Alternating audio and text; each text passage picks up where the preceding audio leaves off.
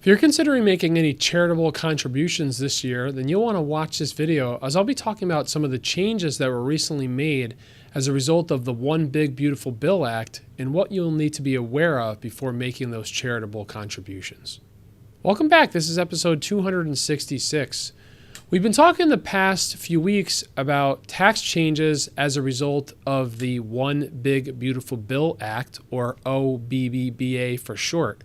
And this week we're continuing on that topic as it's a large bill and there's a lot of changes as a result of it. So this week we're talking about charitable contributions because there have been some changes to charitable contributions and how they're made and the tax deductibility of them that I want to focus on this week. But before I get into that, if you're 50 and older and you want to learn more about planning your ideal retirement, then consider signing up for my on-demand retirement planning course. It's called Retirement Readiness on Demand.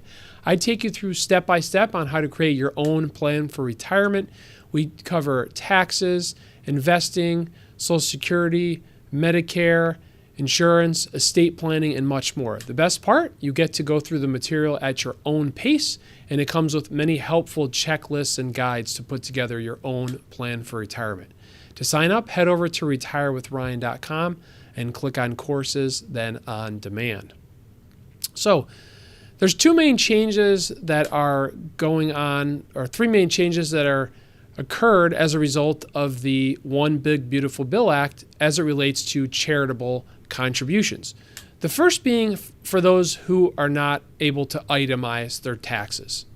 Generally, to be able to take a tax deduction for a charitable contribution, you need to be able to itemize your taxes.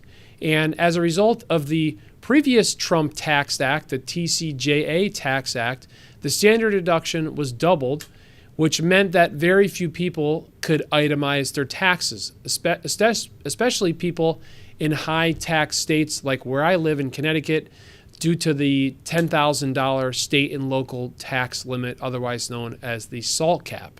So it's definitely become more rare for households to be able to itemize their taxes as a result of the increase in the standard deduction and the limit of the SALT cap. And that meant that really only those households that have a significant amount of mortgage interest, because mortgage interest is one of those items that allows you to potentially itemize your taxes, are really only able to take the itemized deduction, therefore being able to deduct charitable contributions. So in 2020, as a result of the CARES Act that came out during COVID, a temporary deduction was created of $300 for single filers or $600 for joint filers who claim the standard deduction to be able to deduct those amounts that they could contribute to charities. Unfortunately, that expired in 2021 and only lasted 10 years. But as a result of Section 704(24) of the One Big Beautiful Bill Act, this deduction is now permanently restored for non-itemized tax filers. So for people that don't itemize, starting in 2026, you can deduct $1,000 as a single filer or $2,000 as a joint filer. Now, there are some stipulations. These contributions must be made in cash. So these are cash contributions, checks, debit card payments you're making to charities. It cannot be securities that you donate to charities or other household goods, like if you head over to the Goodwill store and drop off $1,000 of estimated value of clothing, that doesn't qualify. So it must be cash contributions that you make.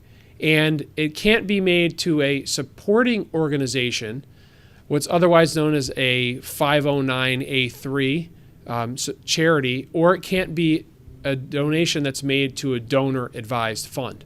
So this is starting next year, which means that if you're thinking of making any charitable contributions of cash this year and you don't qualify to deduct them normally because you don't itemize your taxes, then maybe you might want to wait until next year to make those charitable contributions so that it can help you from a tax standpoint.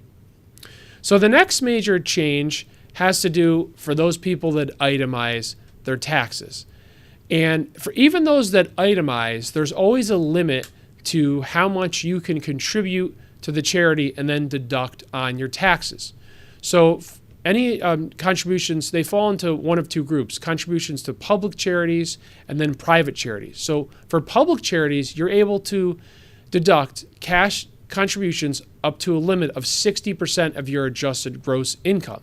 So if your adjusted gross income is $200,000, you could donate $120,000 of cash to a charity and be able to deduct your taxes, reduce your taxes or your income by $120,000. If you're donating other securities or real estate or property, you can, this again is to a public charity, you can deduct 50% of the cost basis or 30% of the fair market value. So those limitations are staying the same as a result of the One Big Beautiful Bill Act. If it's the donation is to a non-public charity, then it's limited to 30% of your adjusted gross income if it's a cash donation, or 20% for donations if they're using the fair market value of the value of the securities that you're donating. And in either case, a donation to a public charity or a private charity, if your donation exceeds the threshold based on the type of donation you're making, cash or property, your adjusted gross income in that year, you can then carry forward any excess contributions to reduce your taxes for the next 5 years. So let's just say your adjusted gross income is $100,000 and you donate $100,000 to a charity of cash this year. Well, your limitation in that case would be 60%, which is $60,000. So then the $40,000 remaining you could carry forward to future years, and then you could deduct on your taxes maybe all next year if your adjusted gross income was still $100,000, or you carry it forward and use it up. However, as a result of the One Big Beautiful Bill Act, there's now a additional limit that's being put on that is equal to 0.5% of your adjusted gross income starting in 2026.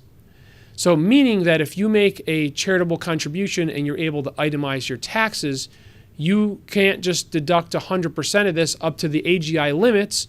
You then have to reduce that contribution potentially by 0.5% of your adjusted gross income. And there's an order in which you go through depending upon what type of charity you're donating and what property. And so first would be any capital gain property to non-public charities. Then if it's capital gain property contributed to public charities using fair market value, then any cash contributions to non-public charities, then qualified conservation contributions of land or other property, and then capital gain property contributed to public charities using cost basis, and then lastly, cash contributions to public charities. So let's just work through an example again to understand how this works. So let's say we have John. He's a single taxpayer with $60,000 of adjusted gross income. He received a significant inheritance from his father this year, and he wants to make a $50,000 cash contribution to several public charities. If we take 60% of John's income, because it's a cash contribution, that gives us $36,000. So that's his first limitation. He can only reduce his income by $36,000. However, we also have to take 0.5% of John's adjusted gross income, which is only $300, and then reduce that $36,000 contribution by $300. So he can actually only deduct on his taxes this year $35,700, not the $36,000. Now, if his adjusted gross income was a lot more, let's say that his adjusted gross income was $200,000, then 0.5% of that is $1,000, so that would therefore be what his charitable contributions would be reduced by. Now, because, as I said earlier, you can carry forward any contributions that exceed the AGI limit, he donated $50,000, but he was only able to deduct $35,700. He can actually then carry forward the $13,700 to the following year. And because this contribution he made exceeded the limitation for that contribution type, the 60%, he can also carry forward the $300. Let's just say that he was not carrying forward the contribution, that he didn't exceed the 60% of his adjusted gross income, then he would lose the $300 as a carry forward item. That would be gone. So that's what this limitation is doing. It's putting a 0.5% reduction on any charitable contribution that you make starting in 2026. So what might you want to do? Well, if you're somebody in this situation who is going to be making a contribution, you may want to make a larger contribution in 2025 so that you can carry it forward into 2026 without the limitation of the 0.5% cap of your adjusted gross income. It's not a lot, but it is still a cap and a reduction of the amount that you can deduct on your taxes for that charitable contribution. Now, the third change that is as a result of the One Big Beautiful Bill Act is a cap on the amount of itemized deductions that you can take if you're in the highest tax bracket, which is currently the 37% tax bracket. Or I should say, that is going to be the new highest tax bracket as a result of the One Big Beautiful Bill Act. It stayed the same, but if nothing had been done, it stayed the same as this year, but if nothing would have been done, it would have gone up starting next year. So normally, you could deduct 100% of your itemized deductions, but now you're limited with what you can deduct of those itemized deductions, and essentially reduces the deductibility of them by 2%. So bringing down your deductibility from 37% down to 35%. So in the case of a charitable contribution, let's just say that in this tax year, you are going to be in the highest tax bracket, then you're going to be limited to how much you can actually deduct on any charitable contributions. So if you're going to be making a $35,000 or $10,000 charitable contribution, normally it would save you $3,700 in taxes.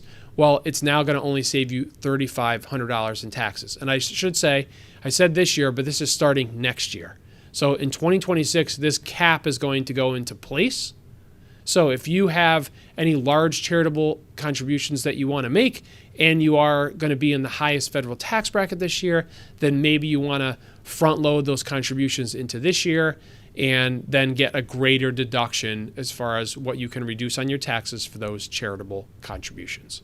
So I hope you found this helpful regarding these three changes to charitable contributions as a result of the One Big Beautiful Bill Act. And as always, if you have a listener question you want to have considered for a future episode, head over to retirewithryan.com and click on Ask a Question. Have a great week, and I look forward to talking with you next Tuesday. Take care.